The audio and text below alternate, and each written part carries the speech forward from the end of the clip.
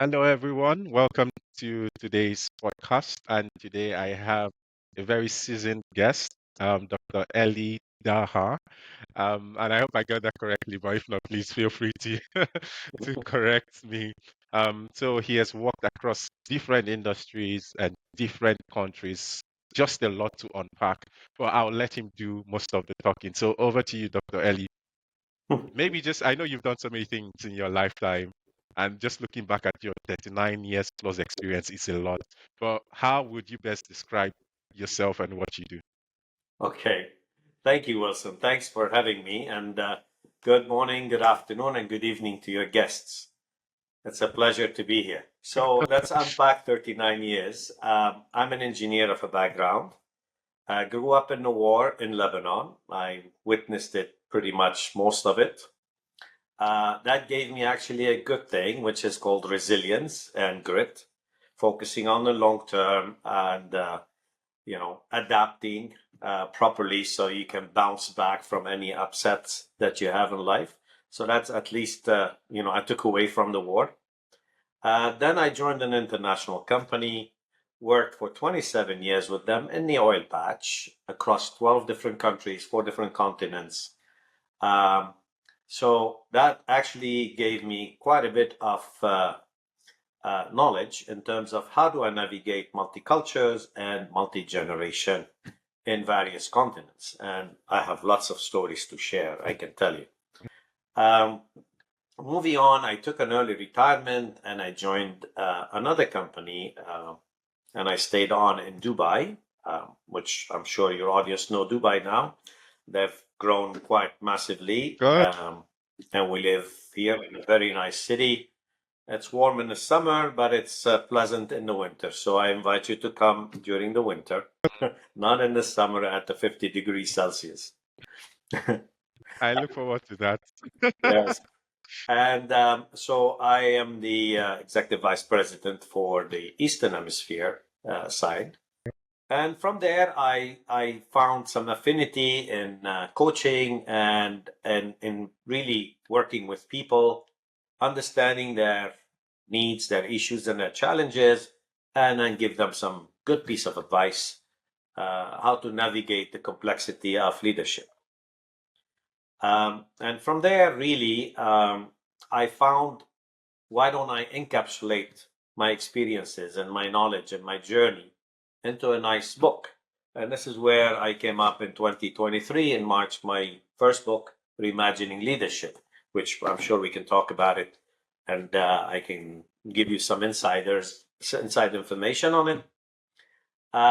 But recently I'm working on a new book, and that's also was inspired by some of the good friends in my network always stuck in their corporate job.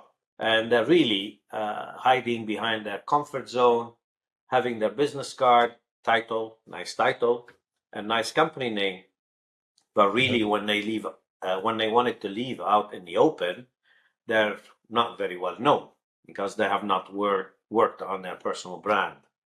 So this next book, which is called Reimagining You, is really all about personal branding. It's about giving them the 10-step process, how to break free, how to develop their personal brand, how to find their voice, how to find their mission, and be kind of independent of their job title. Wow. 39 years. So I completely agree. There are lots of stories you can just share and share. And maybe another episode will get you to share more of that.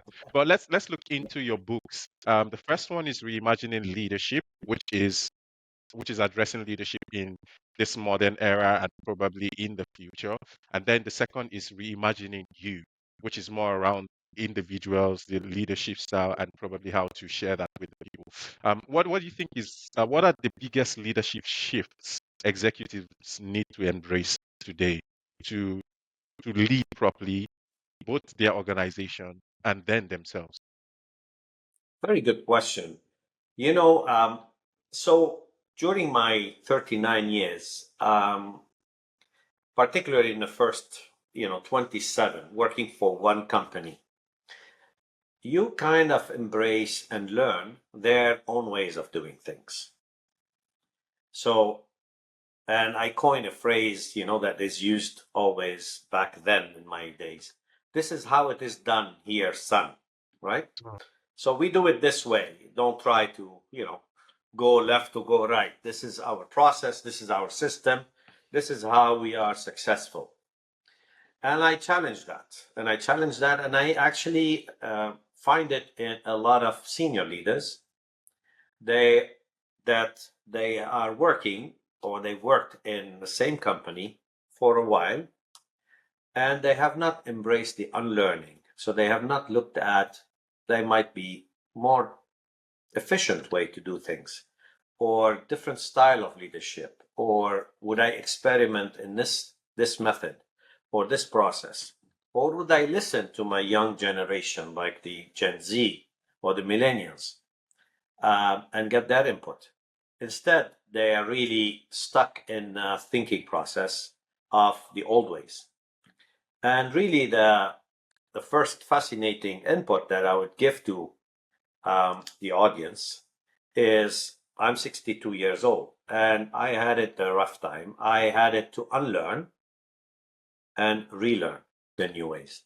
And tell you, at my age, to unlearn, it's very difficult. But I had to do it. Otherwise, I wouldn't be able to manage a multi-generational, multicultural. Today, we have 5 generations working in the workplace.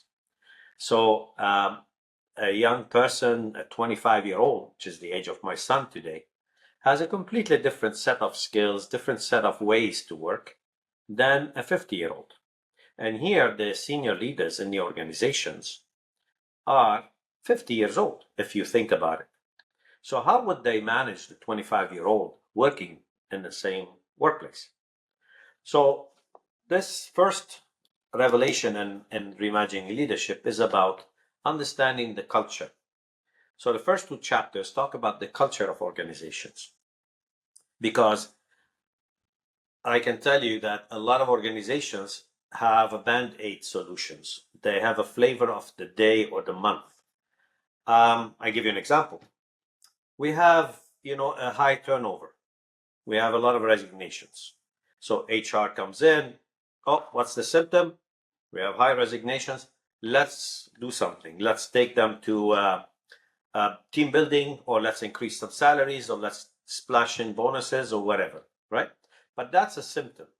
Now, if we look at the root cause of that, it might be completely different. It might be the culture is, very, constructing, or Yeah. the leadership is very punishment oriented. We're not empowering enough, or there's no medium for innovation or creativity for people. So people leave, or it's a toxic environment. So culture is the first aspect of understanding where you are, and that's your diagnostic, a complete full workup for your body when you go to the doctor to really tell you why you have a headache. So that's your MRI, your blood test, your scans, your ultrasound, and everything. So that's, I think, the first aspect of focusing on your organization that I talk about in the book. Interesting. Yeah, culture is quite a predominant one that people often miss. Like you said, they keep chasing the symptoms, the effect, and not the root cause. And just seeing someone at your level really diving deep into making that culture, or building a company that has a culture that eats people from different generations, I think it's quite remarkable. And that's something definitely people need to get the book to understand a bit more. You've talked about the need to learn and relearn and unlearn and all of that. What is the role of curiosity in all of that movement? At this age, it's difficult for a lot of people to want to relearn. It's like, okay, I've been doing this for so many years. In fact, I have results to prove. So you coming to tell me this other way. So what is it about your level of curiosity that it's that level of relearning, and what can leaders do to also have that level of curiosity? Excellent. I mean, if I can quote Dr. Marshall Goldsmith, one of his books is called "What Got You Here Will Not Take You There." Right? So what has worked in the past will not really probably work in the future. So you need to understand and embrace the future and understand the new ways. I mean, with AI today, pretty much a lot of jobs will disappear. A lot of the ways leader will take on results and make decisions will be completely different, right? Which we'll talk about the leadership and AI in a second. But I want to bring in how did I unlearn? And I want to share some advice to the audience or the listeners. Um, First rule is to be humble. It's difficult to be humble at my age because we think we know it all. But being humble is okay, trying to really close it and listen, take in, ask the right questions, open ended questions, reflection questions, reflective questions for people to come in and give you opinions, give you ideas, give you solutions, evaluate them with their merits.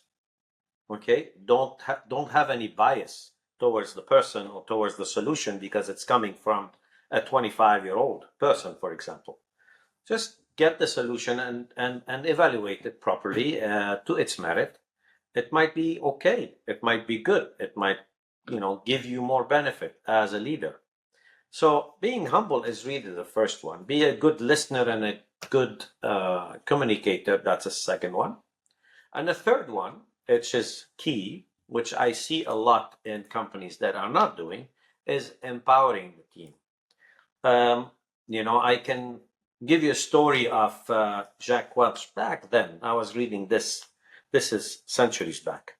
So when Jack Welch was the CEO of GE, he went to a factory floor, and they had a problem with the fridge. And he had a town hall meeting, so he had everybody in the factory floor, and he was addressing them. But they had a problem with one fridge, which is I think the handle placement or some issues with the handle. And one employee raised his hand. So the supervisor says, okay, well, please lower your hand. It's not the time for questions. So Jack has pointed that person and said, okay, no, please, I want to listen. So this employee has, addressed Jack. With all due respect, Mr. Jack, I think if we do this and change it to this way or change that way, we could solve the problem. And Jack says, okay, well, that's a good idea. Why didn't we consider that? And so the person, what he answered? He answered, with all due respect, in this organization, you are paying me for my hands, you're not paying me for my brains. And that's the attitude we took, right? So by empowering people, you're paying them for their brains too. And that's a good reflection. If you reflect on that statement, I think you do a lot with your people. Everybody has something to contribute. And by empowering them, they co-own the problem, but they co-own the solution, and they actually drive some satisfaction out of it. You're spot on. And this just reminds me of a role I did. And what we tried to do was get people at the floor, the ground level, to actually come up with solutions, because most times it's leadership comes up with the solutions and just tell them, hey, implement. But the people who actually do the job day to day most likely will figure out a way or two to actually do things better. And the question is, how do we build that organization in a way that allows people at that level to also share their brain, what's in their head, not just um, continuously following instructions, but being able to share, empowering them to come up with solutions. So that's a fantastic point. Let's talk on the multicultural workplace. You've worked across so many countries, continents, and I'm like, oh my God. How did you navigate each of these countries, this culture, the shift? Well, how did you bring it together? Because most leaders are global people, right? And they struggle sometimes. How do I behave when I'm in this environment? There are different norms that are peculiar to different people. So how do you navigate all that to still be an effective leader? I'm blessed to work for a company that is true multicultural. A lot of global companies think that they work because they work on the globe, across the globe. They are multicultural. They're not. They have their culture is typically either a French or a British or the Americans or Asian or whatever, right? But they're across the globe, but they're leaders coming from one nationality and they have the same culture. And I've seen it. I can name many. I was blessed to come from a truly multicultural organization. Now, so you kind of, when you navigate inside the company, you're already, kind of understand the cultural nuances. I will draw actually one reference to your audience. If you have a chance to buy Dr. Erin Meyer book, she's the guru of cultural map. And it's a great book. It's a fascinating book to understand the 7 different dynamics of different cultures. And she rates them basically where they are on the scale, whether in the level of communication, in the level of autocratic versus democratic decision making, and so forth. It's a fascinating book. But going on to the external world in terms of multicultural, and I'll tell you a story. I was in one country in Asia, and I was negotiating a big contract. So I was asked to come in for a negotiation round. I was based in Malaysia. I traveled to that country, and I'm supposed to come in the morning and leave in the afternoon and do my business. I was the sales director at the time. So I go there, and the meeting was supposed to be at 11. So I arrived there ahead of time. I wait. Okay, reception, please sit down and wait. 11 o'clock, nobody shows up. 11:15, nobody shows up. 11:30, I have 7 people coming in. And with the protocol, we sit opposite each other on the table. I was with my translator, and I had 7 people. And you know what was the first opening statement? I can tell you. Good morning, Dr. Daher. We don't like you. Whoa. I said, excuse me? Why you don't like me? I mean, that's the first time we meet. We don't like you because your manager in the country left without telling us, without informing us, and without telling us goodbye, and we don't have any communication from your company. Why did they leave, and who's replacing? I said, okay, so you don't really agree with the way. I apologize on behalf of the company.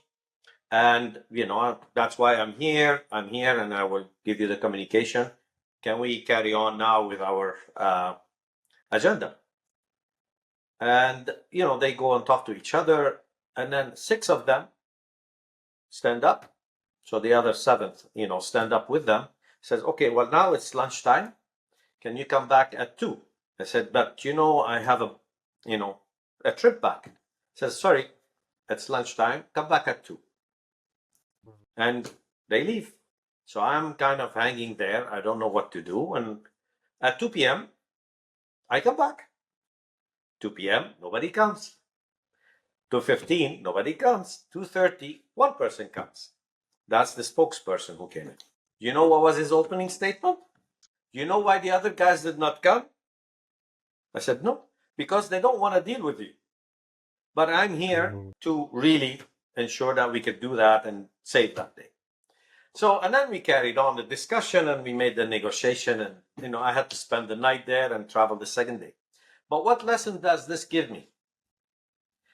This gives me an understanding. They use basically a tactic in negotiation, which is intimidation, right? Yeah. So they try to practice intimidation. And is this typical of the country and the culture? Pretty much. I think that's an attitude that a lot of, cultures use that. But if you understand the nuances, and, if you look at Europe, there's several countries, right? Even though they're in Europe, but they're completely different. And if you want to negotiate with one or discuss with one, you need to understand the nuances. Similar to Asia. I mean, Southeast Asia is a lot of countries. And if you think Vietnam is like Thailand or Indonesia, you're wrong. They're completely different dynamic.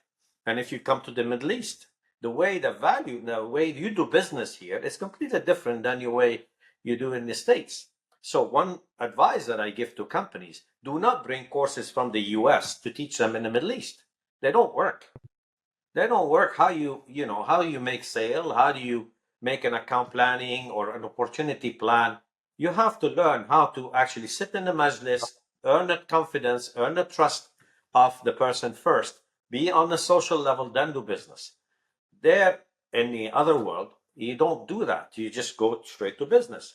So you have to learn the nuances to be able to succeed in the multicultural world.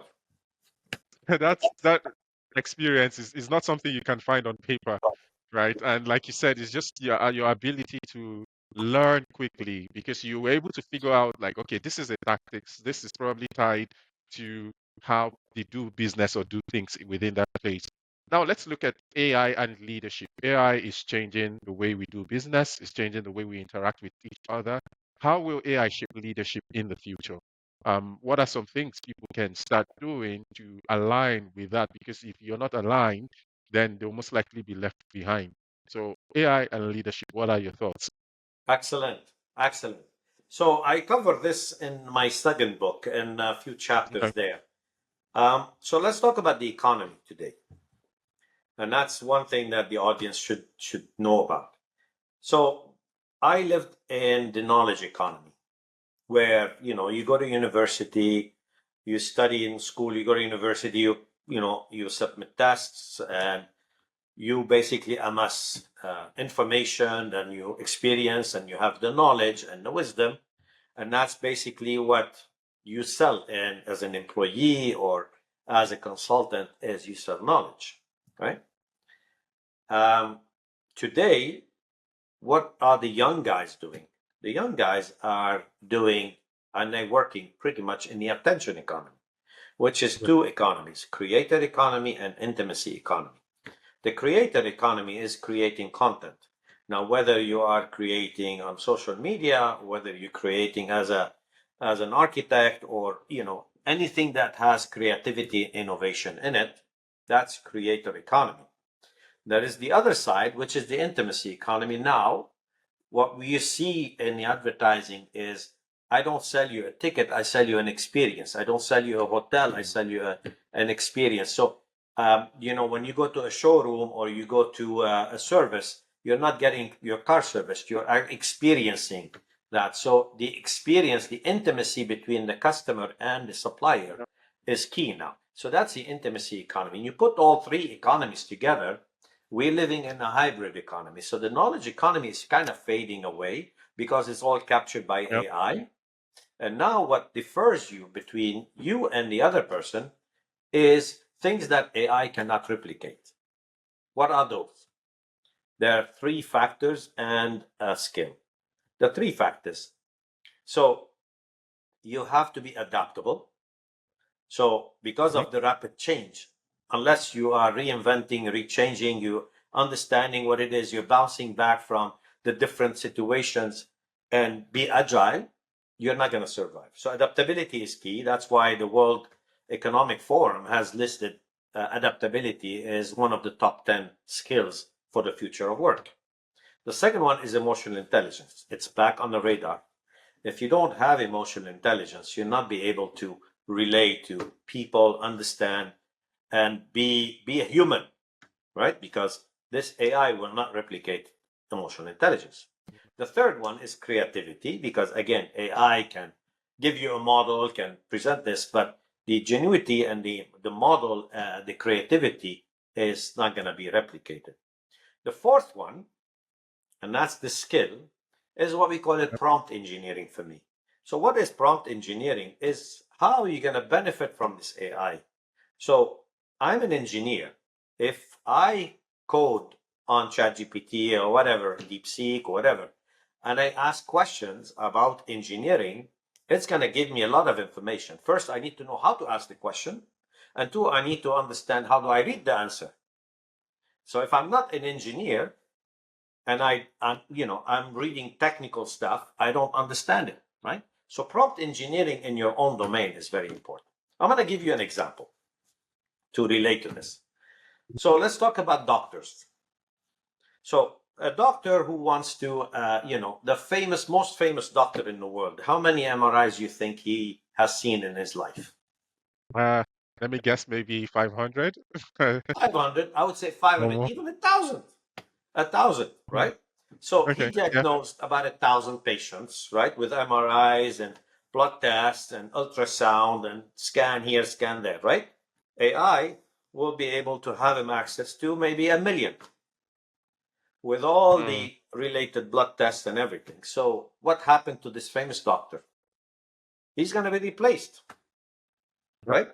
You can easily go put in your MRI, put in your blood test, put in all your information, press enter, and it goes and gives you a much better diagnostic. Now, what differs a famous Dr. A and a famous Dr. B that have been seeing the same kind of discipline, the same Yep. amount of MRIs, the same amount of patients, right?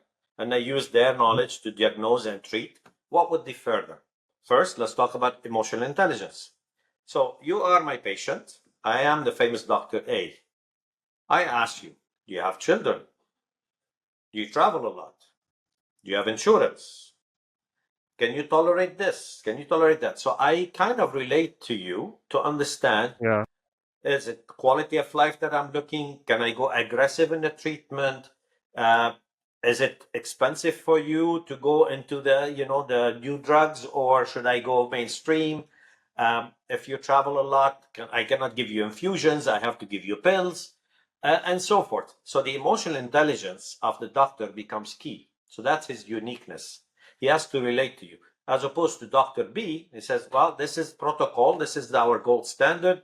Boom, you're going to follow this protocol. I don't care whether you're traveling, give them a leave of absence, come and join me here. So that's what differentiates the knowledge workers. Uh, It goes to lawyers, it goes to anybody that uses data and knowledge and trade knowledge for work, right? and just thinking of what you're saying, I feel even the creativity side to the amount of emotional intelligence people get to um, demonstrate. Because let's say AI does all the technical stuff for us. My ability to connect with you on a level that AI cannot understand will then help me come up with more or less a better solution that will speak better to you than every other person even using the AI. So the points you raised about adaptability, emotional intelligence, and creativity, I feel like they're just fantastic, and those are things that people should definitely look out for. Yeah, in the future of work. Let's talk finally mentorship and legacy. Now you recognize strategic mentor. What's the best piece of mentorship advice you have received? One, and secondly, what would you advise other leaders, the next generation of leaders, as a mentor? Very good, very good. For me, it's very interesting because back in my previous company for the 27 years, we do performance reviews, right? So every year I get performance Yeah, review and I've been rated aggressive, aggressive, aggressive. That's a trait. I'm aggressive. I come strong. I challenge yeah, people. And that's probably the Middle Eastern blood in me, right? So I learned I learned it the hard way. So I need to be humble, and that's where, okay, yeah. tone down this aggressivity. Be humble, listen to people, embrace that.